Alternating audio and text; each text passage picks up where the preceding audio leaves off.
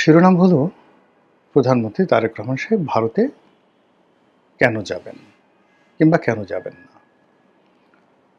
যখন আমি শিরোনামটি ঠিক করি তখন মোটামুটি শতভাগ নিশ্চিত ছিল যে তিনি ভারতে যাচ্ছেন এবং আগস্ট মাসের ২২ তারিখ থেকে ২৬ তারিখের মধ্যে যে কোনো একটা সময় ২ দিনের জন্য তিনি দিল্লি সফর করবেন, দ্বিপাক্ষিক সফর।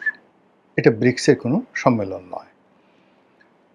সেই দ্বিপাক্ষিক সফরে যাওয়ার জন্য ভারতের যে বিখ্যাত একটি হোটেল তাজ প্যালেস, সেই তাজ প্যালেসে প্রেসিডেন্সিয়াল স্যুট বাংলাদেশের যে দূতাবাস, সেই দূতাবাসের পক্ষ থেকে বুকিং করা হয়েছে, এই মর্মে ইন্টারনেটে নানা রকম খবর ছড়িয়ে পড়েছিল। সবাই যখন মোটামুটি নিশ্চিত যে না ঠিক আছে এবার ভারত যাবেন, তখন আমতে আমতে করে সরকারের যে বিরোধী দল, দেশের বিরোধী দল, সেটা এখনো তারা প্রমাণ করতে পারেননি, যেটিকে অনেকে আমি এবং মামুদের দল হিসেবে বর্ণনা করেন। তারা নানাভাবে প্যাও পু বলার চেষ্টা করছিলেন যে এটা করতে হবে, ওটা করতে হবে, আদারওয়াইজ তারেক রহমান সাহেবকে যেতে দেওয়া হবে না।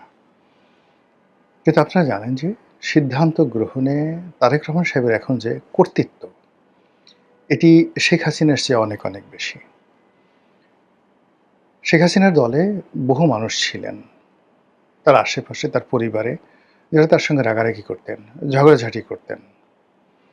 এমনকি তার যারা কর্মী ছিলেন, সেই কর্মীরাও তার সামনে গিয়ে অনেক বিষয়ে বিতর্ক করতেন। আমি যে সকল কথা, আমি তো তখন বয়সে একেবারে নবীন একজন সংসদ সদস্য, যে সকল কথা আমি সরাসরি শেখ হাসিনাকে বলেছি এবং তার সংসদ সদস্য হওয়ার সত্ত্বেও আমি যে সকল কর্মকাণ্ড করেছি, তার ১০০ ভাগের ১ ভাগ কর্ম যদি এই সময়টাতে কোনো বিএনপির এমপি বা মন্ত্রী করেন, তার ৩২টা দাঁত উইদিন ৩২ সেকেন্ডের মধ্যে ফেলে দেওয়া হবে। কেন আমি বলি, ধরুন আমি সংসদ সদস্য, তা আমি লিখলাম এই কাদের মোল্লা সেই কাদের মোল্লা নয়। সরকার যখন বিচার করছে যুদ্ধাপরাধীদের, তখন বললাম যে এই কাদের মোল্লা সেই কাদের মোল্লা নয়, এখানে কোর্টে যাকে বিচার করা হচ্ছে কসাই কাদের রূপে, সে আসলে আব্দুল কাদের মোল্লা, ফরিদপুর বাড়ি, আর যে কাদের মোল্লার বিচার হওয়া উচিত সে মারা গিয়েছে, তিনি কসাই কাদের, মিরপুরের বিহারি কাদের, কসাই কাদের। আচ্ছা, এখন আপনি এই যে বর্তমান আইসিটিতে মামলা চলে, এইরকম একটা হট মামলার সম্পর্কে কোনো এমপি কথা একটু বলুক তো দেখি, কত বড় সাহস। আমি অর্থমন্ত্রী, স্বরাষ্ট্রমন্ত্রী, সেই সাহারা খাতুন, মহিউদ্দিন খান আলমগীর, তাদেরকে নিয়ে টেলিভিশনে নির্মম নিষ্ঠুর সমালোচনা করেছি। স্বয়ং প্রধানমন্ত্রীকে বলেছি, রেকর্ড, পার্লামেন্টারি কমিটির বৈঠকে রেকর্ড, এবং সেগুলো আবার যুগান্তর পত্রিকা থেকে শুরু করে সমস্ত পত্রিকায় ৬ কলাম ব্যানার হেডলাইন। এমপি রনির অভিযোগ প্রধানমন্ত্রীর কোনো চেইন অফ কমান্ড নেই। আপনি এরকম একটা কথা এখন কোন একজন এমপি বলুক, তারপর সেটা আসুক যে তারেক রহমান সাহেবের কোনো চেইন অফ কমান্ড নেই। দেখেন দাঁত কয়টা থাকে। ওখানে বসে সরকারি দলের এমপি তখন তারেক রহমান সাহেবের প্রশংসা করেছি। বেগম জিয়াকে নিয়ে লিখেছি স্বপ্নলোকের গল্পযুগে বেগম জিয়ার রাজনীতি, একবার নয়, দুইবার নয়, তিনবার নয়, বহুবার ইউনূস সাহেবকে নিয়ে লিখেছি। তো এই গণতন্ত্রটা আওয়ামী লীগের জমানাতে ছিল। আওয়ামী লীগের জমানাতে ছিল, ফলে কি হতো, আমরা শেখ হাসিনাকে যতটা স্বৈরাচারী মনে করি, ইভেন একদম শেষ দিন পর্যন্ত তার যারা ছাত্রলীগের নেতা ছিলেন, তাদের সঙ্গে তার তর্ক হতো, বিতর্ক হতো। তিনি অনেকে বলতেন বের হও আমার সামনে থেকে, আবার একটু পরে টেলিফোন করে বলতেন যে আসো আসো। এই ঘটনাগুলো একটা আন্তরিকতা ছিল রাজনীতিতে। কিন্তু এখন তারেক রহমান সাহেবের যে অবস্থা, তার যে ক্ষমতা, তার যে কর্তৃত্ব, সেখানে তার সামনে সালাউদ্দিন সাহেব বলেন, মির্জা ফখরুল সাহেব বলেন, কিংবা তার নুরুল হক নুরু বলেন, রাশেদ বলেন, মানে তাকে গিয়ে অপোজ করবে একটা কথা, তার সমালোচনা করবে, বা তিনি যেটা পছন্দ করেন না সেই কথা বলবে, বা তার সামনে গিয়ে বঙ্গবন্ধু উচ্চারণ করবে, বা শেখ হাসিনার একটা ভালো জিনিস আছে, এটা উচ্চারণ করবে, বা তারেক রহমান সাহেব যে জিনিসগুলো পছন্দ করে না সেরকম একটা শব্দ উচ্চারণ করবে, এইরকম মহাবীর ওনার কাছে নেই। পুরো মানে ওনার মানে ক্যাবিনেটের মধ্যে, ওনার পার্লামেন্টে এই জিনিসগুলো নেই। এর কারণটা হলো যে তার একক কর্তৃত্ব, একক ক্ষমতা। সেই ক্ষমতা তার বিরোধী দলের উপরে।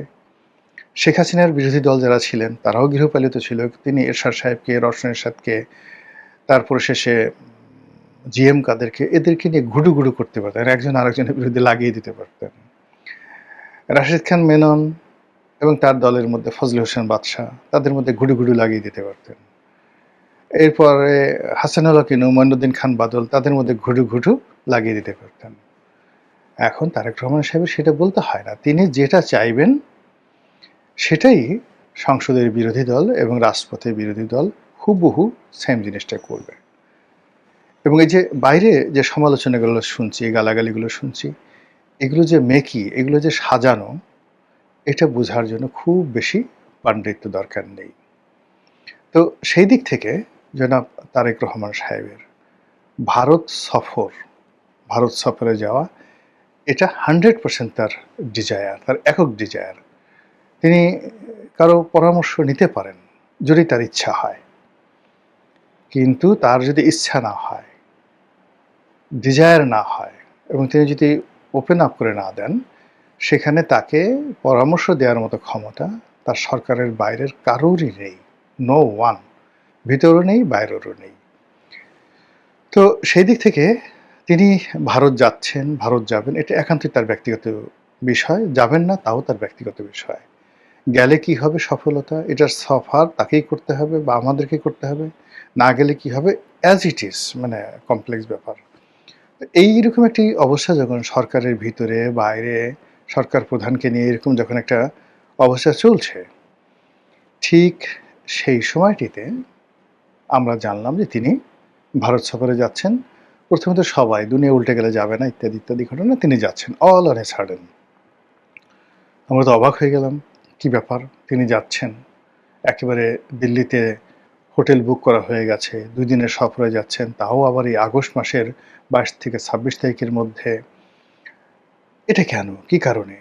নানা রকম ইউটিউবে যারা কন্টেন্ট তৈরি করেন, আওয়ামী লীগের পক্ষের লোক, বিপক্ষের লোক, তারা এটা নিয়ে একেবারে নাকে নস্যি বেঁধে বিচার করে, বিশ্লেষণ করে নানা রকম কথা বলার চেষ্টা করছেন। গেলে কি হবে, না গেলে হবে, কেন যাবেন, যারা আওয়ামী লীগের লোকজন আসতেই হবে ভারতে, ভারত ছাড়া কি তারেক রহমান সাহেবের ক্ষমতা টিকে থাকা সম্ভব, ইত্যাদি। এ যখন চলছে, তখন আজকের দিনের খবর হলো এই বিকেল পর্যন্ত। আবার এটা যে কালকে থাকবে আই এম নট শিওর। আগামীকাল এটা পরিবর্তন হতে পারে। এই কারণে এটা হলো প্রধানমন্ত্রীর ডিজায়ার। তিনি যখন ইচ্ছা, যেভাবে ইচ্ছা সেভাবে তিনি সিদ্ধান্ত গ্রহণ করবেন। তো কাজেই আজকের দিনে খবর হলো যে উনি যাচ্ছেন না। উনি 2টো শর্ত দিয়েছেন বলে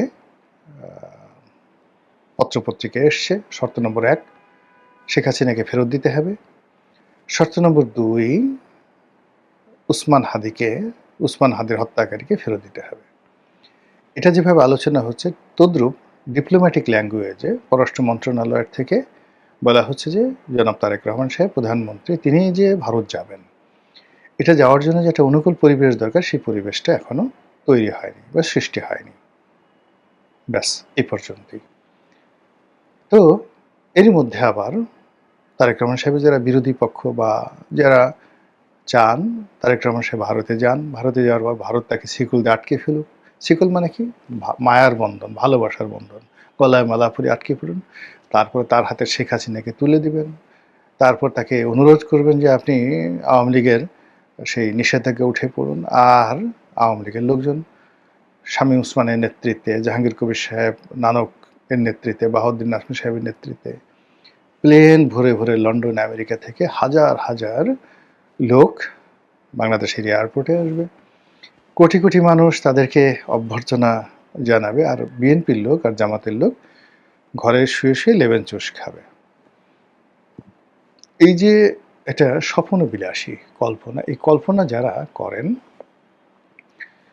তাদের বক্তব্য হলো তাকে ভারত যেতেই হবে। ভারতে না গেলে তিনি টাকা পাবেন কোথায়? ডিজেল পাবেন কোথায়? গ্যাস পাবেন কোথায়? এই মুহূর্তে তো বাজেটারি সাপোর্টের জন্য তার যে টাকা দরকার, অ্যাটলিস্ট $4 to $5 বিলিয়ন দরকার। সেই $4 থেকে $5 বিলিয়ন চীন তো তাকে দিচ্ছে না। একমাত্র ভারতই তাকে দিতে পারে, সৌদি আরবও তাকে দেবে না, কেউ দেবে না, কোনো বন্ধু নেই।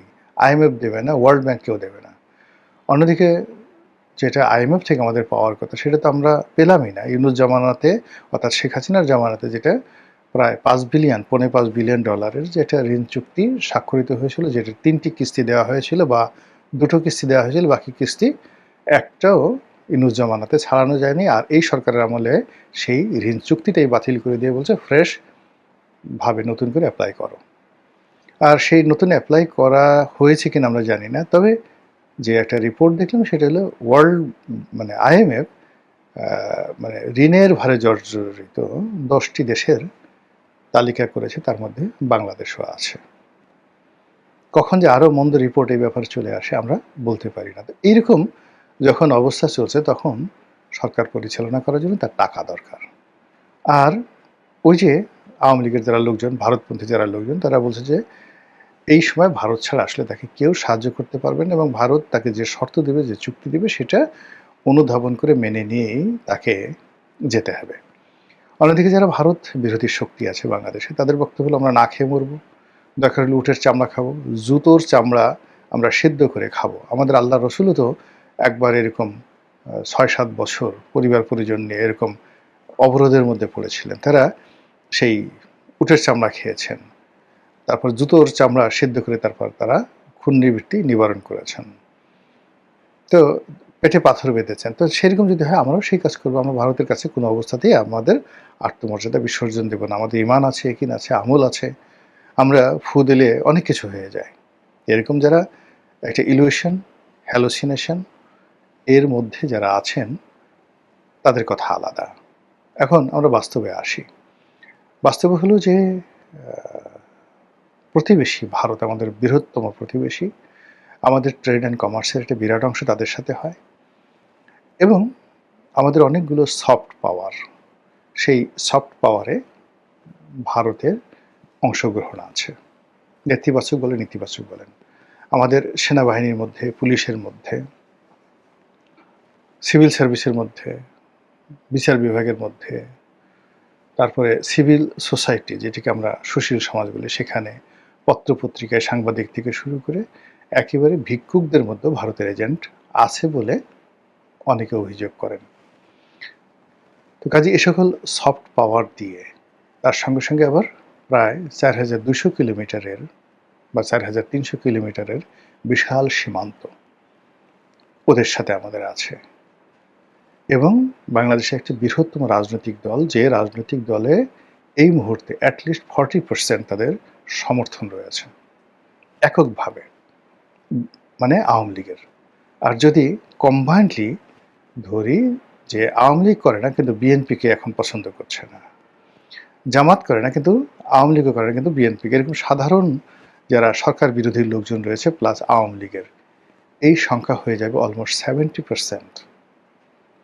অর্থাৎ বিএনপির 35% ভোটার আছে, সেই 35% ভোটারের মধ্যে হাইয়েস্ট 10 to 15% ভোটার এখন বিএনপির প্রতি স্যাটিসফাইড, বাকি লোকগুলো হাপিত্তেশ করছে। জামাতের ধরেন ভোট আছে 10% to 11%, কেউ বলে 7%। জামাতের একটা বিরাট অংশ কিন্তু হ্যাপি না এখন, জামাতের ব্যাপারও হ্যাপি না, বিএনপির ব্যাপারও হ্যাপি না, তারা বিকল্প খুঁজছে। তো কাজেই একেবারে শেখ হাসিনাকে চায়, আওয়ামী লীগের ফেরত চায়, এদের সংখ্যা 40%, আর সরকার বিরোধী যে শক্তি রয়েছে তাদের সংখ্যা আরও 30%। সব মিলিয়ে 70% লোক সরকার বিরোধী।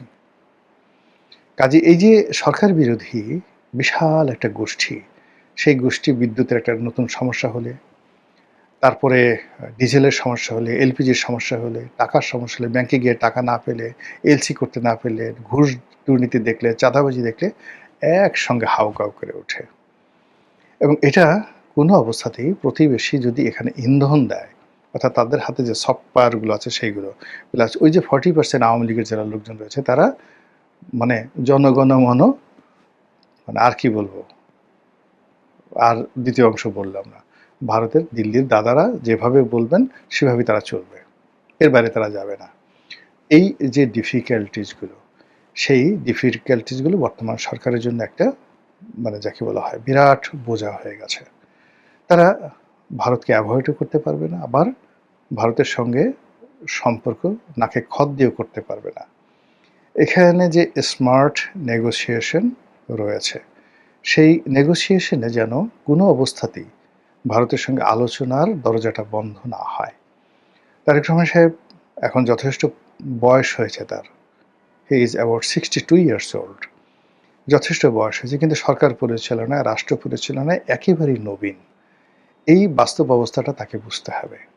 ২ নম্বর হলো যে এইরকম ডিপ্লোম্যাটিক লেভেলে সম্পর্ক করা, ভারত এবং বাংলাদেশের সম্পর্কের ক্ষেত্রে বা এনি যাকে বলা হয় ফরেন রিলেশন, এই রিলেশনের ক্ষেত্রে যেটা আউটস্ট্যান্ডিং হিস্ট্রি রয়েছে, চীনের সঙ্গে আমাদের যে সম্পর্ক সেটা সেই ফাহিয়েনের আমলে কেমন ছিল, কিংবা মগধে যখন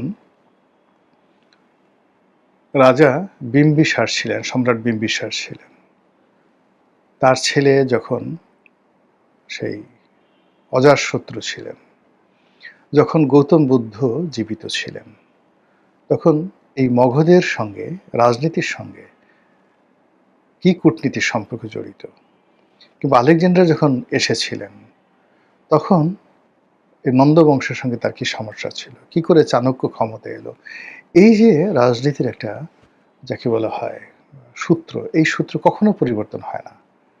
৫,০০০ বছর আগে যেমন ছিল, ৩,০০০ বছর আগে তেমনই ছিল, ২,০০০ বছর আগে যেমন ছিল, ইখতিয়ার উদ্দিন মোহাম্মদ বিন বখতিয়ার খলজি জমানাতে একই ছিল এবং এখনও সেম আছে। প্রধানমন্ত্রী আগে এই বিষয়টা বুঝতে হবে, জানতে হবে, টু দি পয়েন্টে সিদ্ধান্ত নেওয়ার আগে তিনি নিজে লেখাপড়া করে জানেন, বুঝেন, অথবা তার আশেপাশে যারা আছে তাদের মাধ্যমে এই পুরো জিনিসটি, এটা নিয়ে ছেলে খেলা করা যাবে না। কোনো অবস্থাতে এখানে ইগো দেখানো যাবে না, কোনো অবস্থায় এখানে মাথা নোয়ানো যাবে না। Things should be handle very smartly. সম্রাট আকবরের মতো মানুষকে ঈশা খানের মতো ছোট্ট একজন জমিদার তিনি কিন্তু সামাল দিয়েছিলেন কূটনীতির কারণে, অসাধারণ কূটনীতি, অসাধারণ বিদ্রোহ বীরত্বের কারণে। তো সেই জিনিসটি যদি আমরা এই 2026 সনে এসে এলোমেলো করে ফেলি, একটা ক্ষুদ্র ভুল ইরানের জন্য কি পরিণতি ডেকে নিয়ে আসে, লিবিয়ার জন্য কি পরিণতি ডেকে নিয়ে আসে, ইরাকের জন্য, কিংবা ধরেন ইউক্রেনের জন্য। ছোট্ট ভুলটা শুরু হয়েছিল একেবারে ছোট্ট একটা জায়গা থেকে। রাশিয়ার সঙ্গে যে ইউক্রেনের যুদ্ধ, আপনি দেখবেন এত ছোট, শুনলে আপনার হাসি পাবে। হুতিদের সাথে এখন সৌদি আরবের যে যুদ্ধ, এত ছোট। ফলে এখন ভারতের সাথে বাংলাদেশের যে সম্পর্ক, সেই সম্পর্কটা আসলে খুব সেন্সিটিভ জায়গায় আছে। এখানে এমন কিছু ঘটেনি যে কারণে আলোচনার দ্বার বন্ধ হয়ে যাবে। আর এভাবে শর্ত দিয়ে কখনো বন্ধুত্ব হয় না। বন্ধুত্ব করার জন্য উদারতা লাগে, বন্ধুত্ব করার জন্য কৌশল লাগে, বন্ধুত্ব করার জন্য উপহার লাগে, ভাইস ভার্সা লাগে। আপনাকে আমি দেব, বিনিময়ে আপনিও আমাকে দেবেন। সেই ভাইস ভার্সা না থাকলে ওয়ান সাইডেড বন্ধুত্ব হয় না। ভারতের কাছ থেকে আমরা কি পাবো আর ভারতকে আমরা কি দিতে পারি, what can we do India for India, এই জিনিসগুলো আগে বুঝতে হবে। ভিখারির কোনো শর্ত থাকে না, পরাজিতের কোনো প্রার্থনা থাকে না, শুধু আত্মসমর্পণ। আর সমপর্যায়ে ছাড়া বন্ধুত্ব হয় না, ইকুয়াল ছাড়া বন্ধুত্ব হয় না। মাস্টারের সাথে মাস্টার প্রভুর সাথে দাসের কখনো বন্ধুত্ব হয় না।